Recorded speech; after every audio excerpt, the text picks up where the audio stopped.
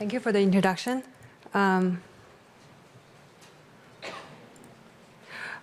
We received research support from Siemens. So today we've seen a lot of MR images, and most of the images are weighted images. So one limitation of these weighted or qualitative images is that they only tell us the relative contrast among different tissue types. So for example, for this T1 or T2 weighted images, a lesion is typically referred to as hyperintense or hypointense as compared to surrounding tissue types. But this brightness does not correspond to severity of the disease. The numbers from the weighted images are not reproducible. It could also decrease sensitivity to global changes. So in order to make a diagnosis, we need to acquire hundreds of images with different contrasts from a single patient, which makes the scan very long. So patients have to really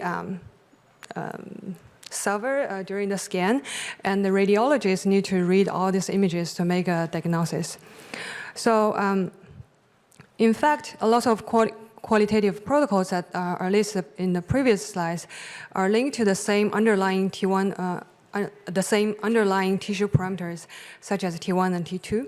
So in fact, we can just use the quantitative scan to only quantify T1 and T2 two quantitative numbers. And in fact, this T1 and T2 could provide more information than the corresponding 6 qualitative protocols. So specifically for T1 and T2, these two parameters are typically linked to molecular level changes, such as tissue water content, interactions between free water and macromolecules, molecular motion and restrictions, and iron accumulation. And there's also a long history of linking T1 and T2 to pathological changes and disease status, such as cancer, edema, Parkinson's disease, and multiple sclerosis. So in general, quantitative scan could provide numbers that are directly related to tissue properties. Those numbers are more reproducible, which enable objective comparisons of the scan and also enable us to do longitudinal follow-up and development of imaging biomarkers. So despite of these benefits, most of the clinical routine scans are still weighted images. So for example, for T1 and T2 scans, one of the limitation of those T1 and T2 conventional method is a long acquisition time. So images with different timings are acquired in order to match these two exponential models and quantify T1 and T2s. So we typically quantify one parameter at a time. Signals from all different tissues all follow exponential curves. And there are also restrictions on acquisition parameter settings. So although there are many methods that has been developed to make the scan faster, such as faster readout, steady-state sequences, and multi-parameter mappings, none of these methods have been accepted as the routine clinical scan yet, majorly due to relatively low accuracy and robustness. So if we go back to look at these conventional T1, T2 models, we notice that all these methods follow the same simple exponential model for T1 and T2s. So one question we want to ask is that why MR signal is limited to these two simple exponential models? Is there a different way to acquire MR signals and model those signals? So magnetic resonance fingerprinting was developed following this question, and the basic idea is to provide a very basic and flexible framework on how we can acquire, analyze, and quantify tissue parameters. So this is the basic framework of the MRF. So for the signal we acquire, there's no requirement of the signal shape, as long as the signal is different and incoherent for different tissue types. The next step, we then match the signal to one element from a dictionary to identify the most likely tissue type within each of this pixel. So the dictionary is built in order to simulate all possible signal evolutions through either block simulation, EPG, or existing models. And by matching the signal to the dictionary, we are able to quantify multiple tissue properties at the same time, such as T1, T2, M0, diffusion, and other system parameters. So this idea is analogous to the real fingerprints technique. Once we identify these fingerprints, we're able to quantify a host of additional information about that person, such as name, phone number, and address. So we want to achieve the same goal in the MR fingerprinting. So we first acquire a series of images with different contrasts, and from each pixel of this image, we can draw a signal evolution curve. So no matter what the shape of the signal evolution curve is, we can match the signal to the database in order to identify multiple tissue properties at the same time. So because there is no requirement of the signal shape, MRF allows us to exploit all degrees of freedom in the sequence parameter design, such as RF pulse design, gradient area, and timing, and acquisition patterns. So there are two desirable properties. Temporally, we want each tissue type has its unique signal evolution. So here we can apply randomized acquisition parameters such as flip angle and TRs. And the spatial incoherent could further help to improve the acquisition speed. So here we can apply randomized encoding in order to make the alias signal appear incoherent to the signal evolution. So as an example, here is a very simple sequence diagram. This sequence is based on a balanced SSP sequence. The reason we choose this sequence is that it is simultaneously sensitive to T1, T2, and off resonance.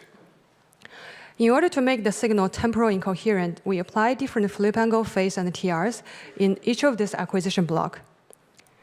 And then we can reconstruct the image from this readout block, but with different contrast. So there are different ways to design the flip angle and the patterns in order to make the signal temporal incoherence. So here I show two examples about the acquisition pattern design. So in pattern A, flip angle and TRs are randomly changed, while in pattern B, both flip angle and TRs are smoothly changed. So in order to build a dictionary, we combine the tissue parameters such as T1, T2, and off resonance with the sequence parameter that we've just designed through simulation to generate the dictionary. So these are the simulated signal from pattern A and pattern B. There are two key findings from this simulation, from these two plots. So first of all, different colors represent signals from different tissue types. So we can see that different tissues have totally different shape in both pattern A and pattern B. And the second finding is that, which is different from the conventional balanced SSP sequence, there is no steady state, which means that we can continuously adding new information by acquiring longer time. And the last step is the pattern recognition, where we match the signal to the dictionary. So here shows the result, matching result in pattern A and pattern B. Because the signal is sensitive to T1 and T2 and off resonance, we are able to quantify T1, T2 off resonance and proton densities at the same time. And although these signal curves are totally different between pattern A and pattern B, we could still identify the same T1 and T2s related to this signal. As I mentioned, spatial incoherence could further help to improve the acquisition speed. So here we apply a non-Cartesian spiral sampling in each of the acquisition block. This spiral trajectory has relatively high scan efficiency as compared to Cartesian sampling. So here we only apply single-shot spiral in each of this block, which will introduce a very high acceleration factor. Here is 48. So the figure on the top shows the reconstructed image from one of the acquisition block. We can see that we could barely see the brain because it's covered by the severe undersampling artifacts. And the plot on the bottom shows the matching results. And the blue curve is from the measured signal. We can see that there's very high oscillations, which is from the randomized excitation and the aliasing artifacts. But if we go to the fingerprints analogy, we are still able to identify the right person, even though in most of the case, the fingerprints that we have are not perfect. So this technique, this basic idea is also true for the MR fingerprinting.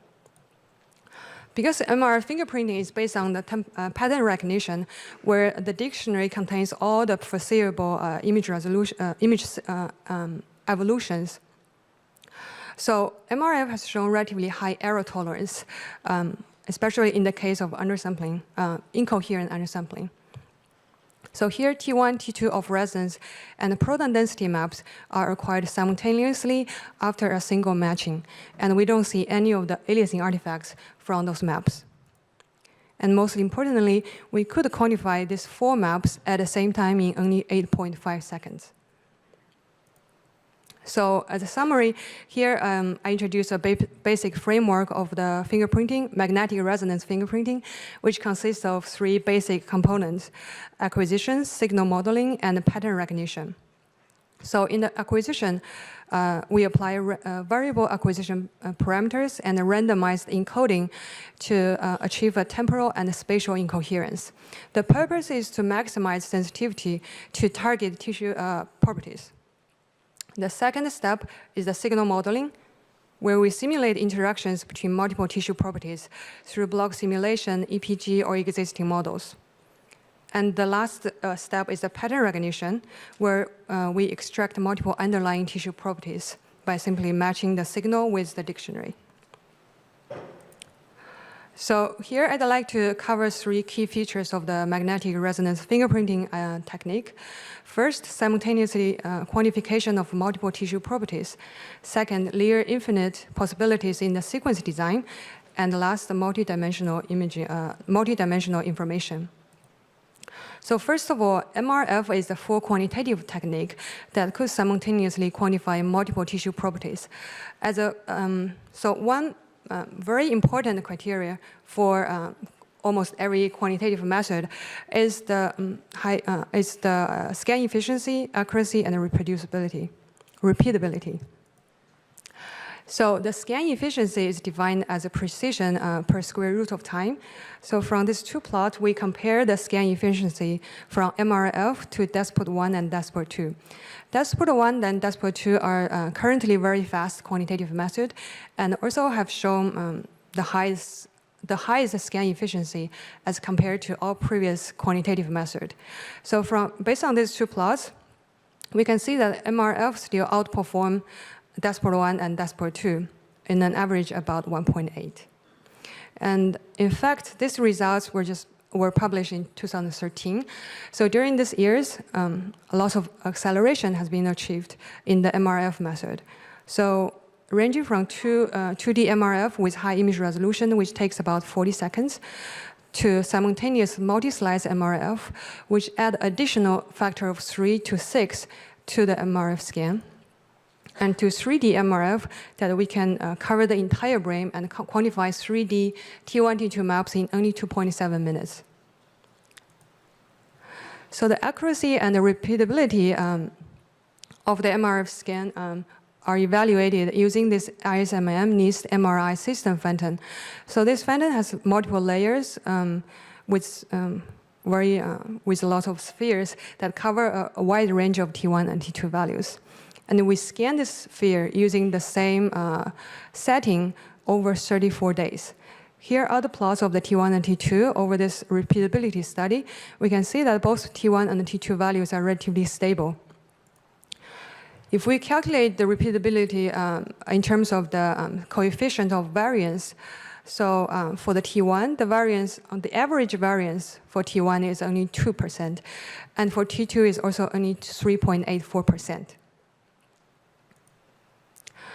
In order to evaluate the accuracy, we compare T1 and T2 from MRF to those from spin echo sequences, which usually takes about several hours and considered as the gold standard for the quantitative method.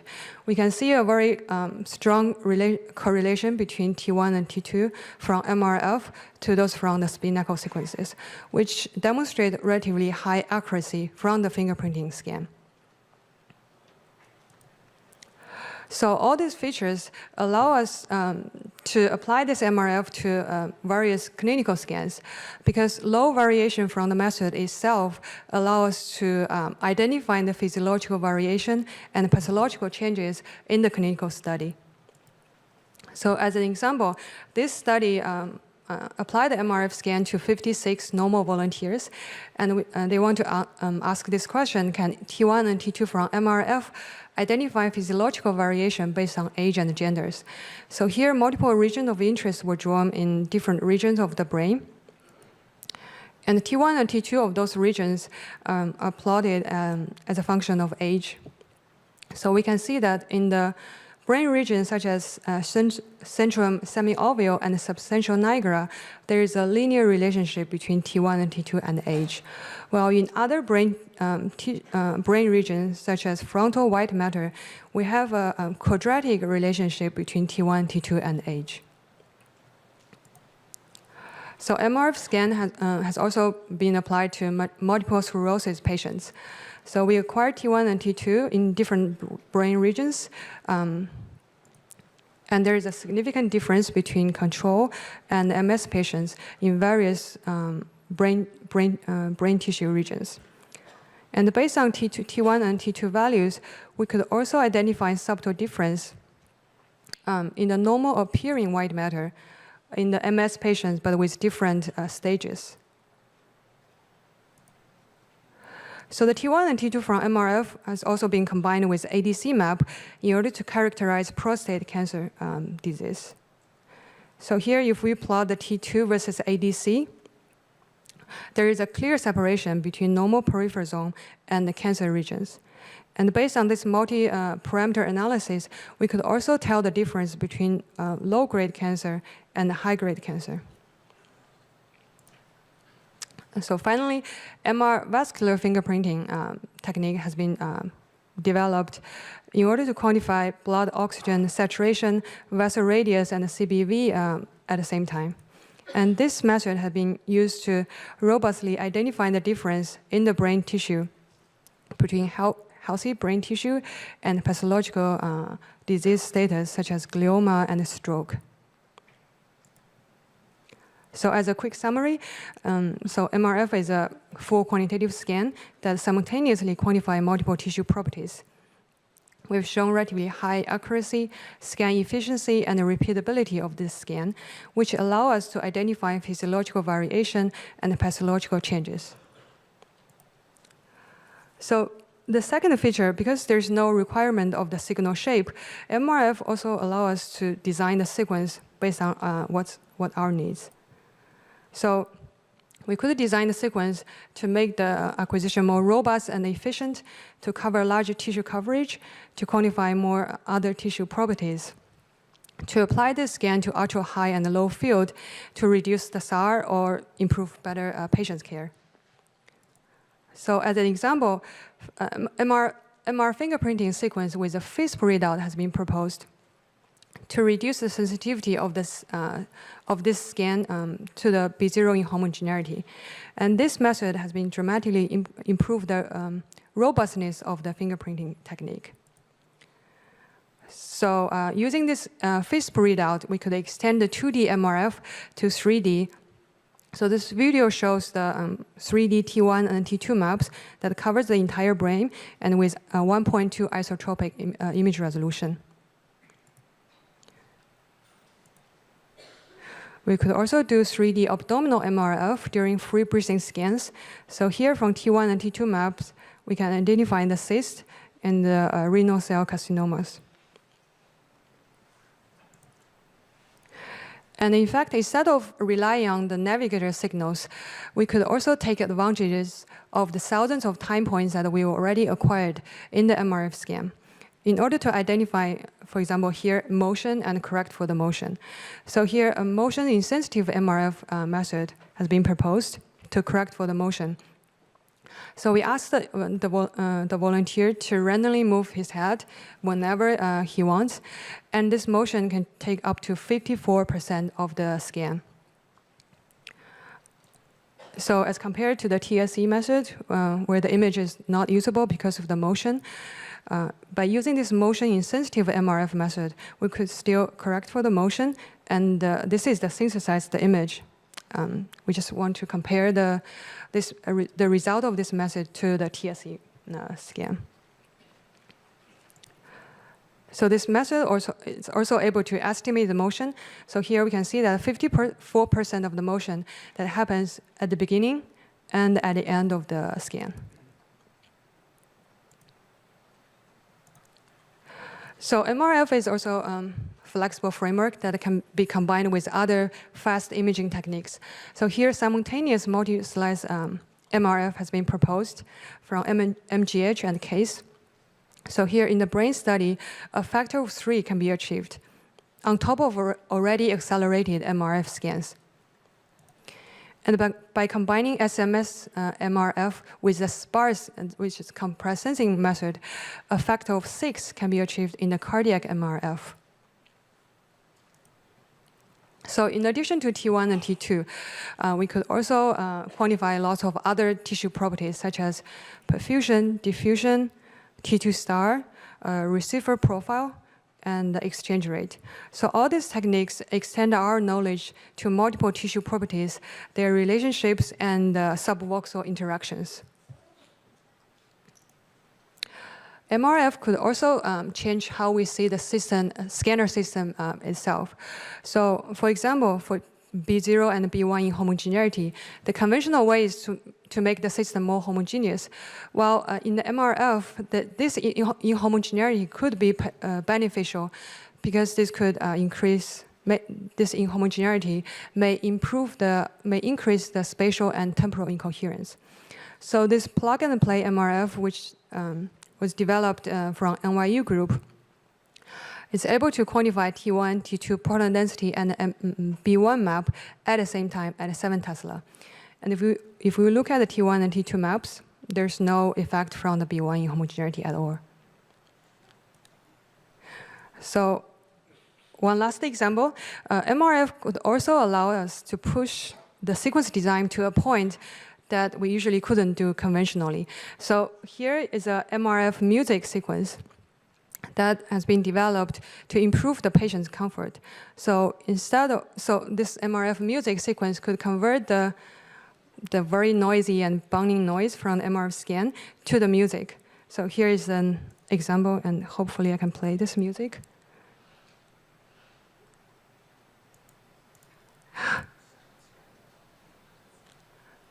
No? Any chance we can get sound on?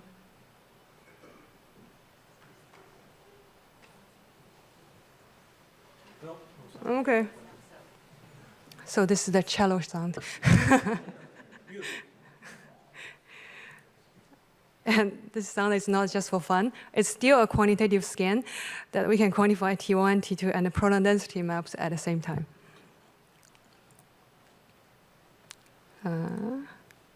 Okay, just a quick summary. MRF is a very flexible framework that allows us to design the sequence to meet our special needs. The final key feature that I want to cover is the multidimensional information that we have during the scan. So first of all, we quantify multiple tissue properties at the same time in just a single scan. So this will include a lot of quantitative parameters, and how to analyze this multi-parameter property and correlate these results to pathological change has become the new challenge for the clinical applications. The second point is that MRF is closely linked to the compressed sensing idea because the number of key parameters that we want to quantify is much less than the amount of data that we actually quantified. So there are many compressed sensing methods being proposed to either accelerate the scan or improve the image quality. So as an example, there are many CS methods proposed to denoise the image prior to the pattern recognition step. So here, if we use only 1/6 of the scanner time, we start to see the aliasing artifacts from the original MRF. But by using this iterative multi-scale MRF, we could solve these aliasing artifacts. And the acquisition time is just 1/6 of the original scan time. Okay, as I mentioned, we could simulate multiple tissue properties and their relationships to build into the dictionary. And the potential issue of that is that the size of the dictionary and data could be dramatically increased as we include more tissue properties. So low-rank approximation methods such as SVD, fast group matching, and a randomized SVD method have been proposed to solve this memory and post-processing issue, and also improve the speed of the post-processing. And as I mentioned, because we have a large chunk of data, one direction of dealing with this data is to truncate or use the compressed sensing method. Another direction is that we can work on this data and find out more information from it. So one example is a sub-voxel analysis. So in addition to T1, T2, and proton density maps, using the same data, we can estimate the receiver profile map and also do the segmentation map. So here, CSF, gray matter, and white matter maps can be analyzed, and their fractions can be quantified as well.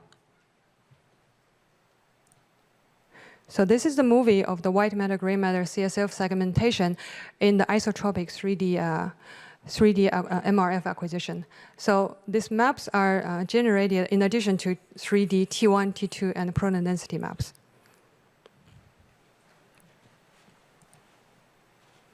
So a Bayesian model-based method has been also proposed to do partial volume analysis. So this method iteratively picking out T1 and T2, multiple T1 and T2 values from a single voxel without prior knowledge of this tissue composition.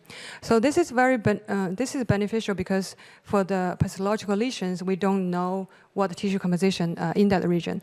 So for example, in this brain tumor study, we pick out one pixel from the brain tumor and another pixel from paratumoral region. So after we apply this partial voluming analysis, we have multiple T1 and T2 values, and we can group them into separate clusters.